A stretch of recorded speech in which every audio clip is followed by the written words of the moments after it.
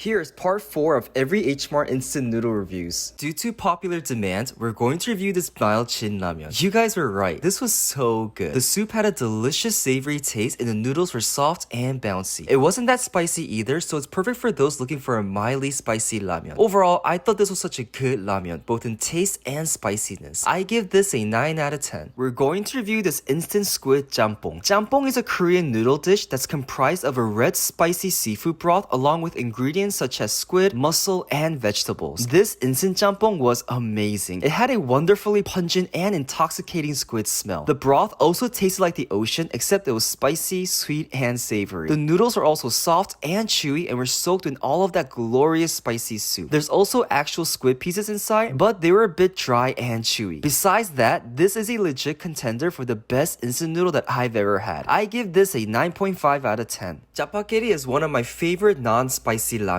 The word is a combination between jajangmyeon or Korean black bean noodles and spaghetti. Taste-wise, it's sweet, salty, slightly bitter, and comes loaded with a savory, earthy black bean flavor. The noodles are also extremely chewy and soft and perfectly complements the sauce. I highly recommend eating this with some kimchi and even a fried egg on top. I give this a 9 out of 10. A lot of you guys have recommended the Shin Lam Black edition, so naturally I just had to try it. This Shin Lamin comes with a spicy powder packet, some dried flakes, and this special oxbone soup powder packet. Oxbone soup is also called seolleongtang in Korean and is known for its silky and rich beefy flavors. This was pretty good. The noodles were soft and chewy and the soup had a nice creamy spicy taste. I could definitely taste the beef flavors here and it really made the soup stand out. I give this an 8.5 out of 10. Today, we're going to review this instant Kamjatang ramen. Kamjatang is a popular Korean stew made from pork neck bones, cabbages, perla leaves, potatoes, and so much more. In fact, kamja means potatoes in Korean, but it's also the name to a specific part of the pork spine. This Kamjatang ramen was so delicious. It was savory, spicy, meaty, and had all the hearty flavors of Kamjatang, including the grassy herbal taste of perla leaves. The noodles were also extremely bouncy and chewy. I was also surprised to find real potatoes and cabbages as well. I give this a 9 out of 10. Let's review this grilled chicken flavored Pusha. This may look like an instant ramen pack, but it's actually a snack. Pusha means break it in Korean, so we're going to break the noodles inside the bag. Next, we're going to add in the chicken powder and mix it all together. This was so delicious. It was garlicky, savory, and had an addictive chicken flavor with a hint of spiciness. The dry noodles also had a nice, crunchy, and satisfying starchy taste that complemented the chicken flavors. This is such a simple yet highly addictive snack. I give this a 9 out of 10. Today, we're going to review this Kagosu ramen. Kagosu means knife-cut noodle soup in Korean because the noodles are cut individually with knives, which gives them a thicker texture and a chewier consistency. To my surprise, this Kagosu ramen was really delicious. It had all the delicious flavors of kalguksu, including the chewy and bouncy noodles and starchy soup, and the savory, spicy flavors of Lamion. The dried pumpkins and potatoes were also really good as well. They actually tasted like the real thing and had a nice texture. I was blown away just by how good this was. I'm definitely getting this again next time. I give this a 9 out of 10. Let's review this corn buldak. To make this, we're going to add the noodles in hot water. Next, we're going to drain the water and then add hot sauce and the corn powder. Add a little bit of the hot water so that the powder dissolves faster. And that's it. This was just okay. As expected from buldak, it was really spicy. The noodles also smelled and tasted like corn as well. However, I didn't really like the corn flavor. It kind of tasted like the corn that you would get from corn flavored chips. It was sweet, creamy, and to me, it kind of felt out of place. I give this a 6.5 out of 10. Today, we're going to review the Shin Lam Black with tofu. This instant ramen comes with dehydrated tofu and red pepper. We're going to add in the silver packet and hot water. Wait 4 minutes and then add in the red packet and mix. This ramen was outstanding. First, the tofu. It had the taste and texture of real tofu. It was soft, creamy, and had a smooth, buttery texture. The noodles were also chewy and bouncy as well. The soup was simply phenomenal. It tasted like a mix between kimchi jjigae and beef soup and was savory and not all that spicy. My only gripe is that the instructions didn't come in English. I think people who can't read Korean will have a hard time making this because the color of the packet is different from the ones on the label and can be kind of confusing. Besides that, this was an outstanding instant ramen. I give this a 9.7 out of 10. Today, we're going to review this cheese ramen. This instant ramen comes with spicy powder, dried flakes, and cheese powder. To make this, add the dried noodles in boiling water. Next, add in the dried flakes and spicy powder and cook for 4 minutes. Take it off the stove and add in the cheese powder and mix. And that's it. The ramen was good, but the cheese part kind of turned me off a little bit. It smelled like Doritos nacho cheese chips. I recommend eating normal instant ramen and adding a slice of American cheese instead of the powder. I give this a 2.5 out of 10. Today, we're going to review this instant curry Lamion by Nongshim. This instant ramen comes with noodles and this special spicy curry powder. To make this, add in the curry powder and hot water into the cup. Next, wait 4 minutes for the noodles to cook. And that's it. Wow, this was incredible. It had an intense spicy curry taste with a slight oceanic fishy flavor thanks to the seaweed. The noodles were also really chewy and soft. The raccoon-shaped fish cakes were also really cute and were a pleasant surprise. This was one of the most tasty and unique instant noodles that I've ever had. I give this a 9.5 out of 10. Today, we're going to review this instant kimchi rice noodle, also known as kimchi 쌀국수. This instant rice noodle actually comes in a box of 8. This instant meal comes with the kimchi powder and dried rice noodles. To make this, we're going to add the powder and hot water in the bowl. Next, wait 3 minutes for the noodles to cook. And that's it. Easy and simple. Wow, this was really good. The soup was salty, tangy, and had a bold kimchi flavor, and the noodles were super soft and chewy and had a slight al dente texture. This rice noodle has such a simple and pure taste and was packed with a lot of delicious flavors. I recommend adding some sesame oil and sesame seeds to help balance some of the bold spicy flavors and give it a nice roasty taste. I give this a 9.5 out of 10. I recommend trying this if you like instant noodles. Today, we're going to review this Beijing Chajang. I wanted to see if this tasted different from the regular instant jjajangmyeon that I've had, so I was really looking forward to this. We're going to add the instant noodle in boiling water. Next, add in the dried ingredients and mix. Pour out the water and leave about 3 tablespoons of water behind. Finally, add in the jjajang powder and oil and mix it all together. And that's it. This was pretty good, but honestly, it tasted exactly like Japakiri except with a bit more liquid. It was sweet, savory, bitter, and had a deep, earthy black bean flavor. I was kind of disappointed because it didn't really taste that different from Japakiri. I still prefer Japakiri, but still, I thought this was pretty good. I give this an 8.5 out of 10.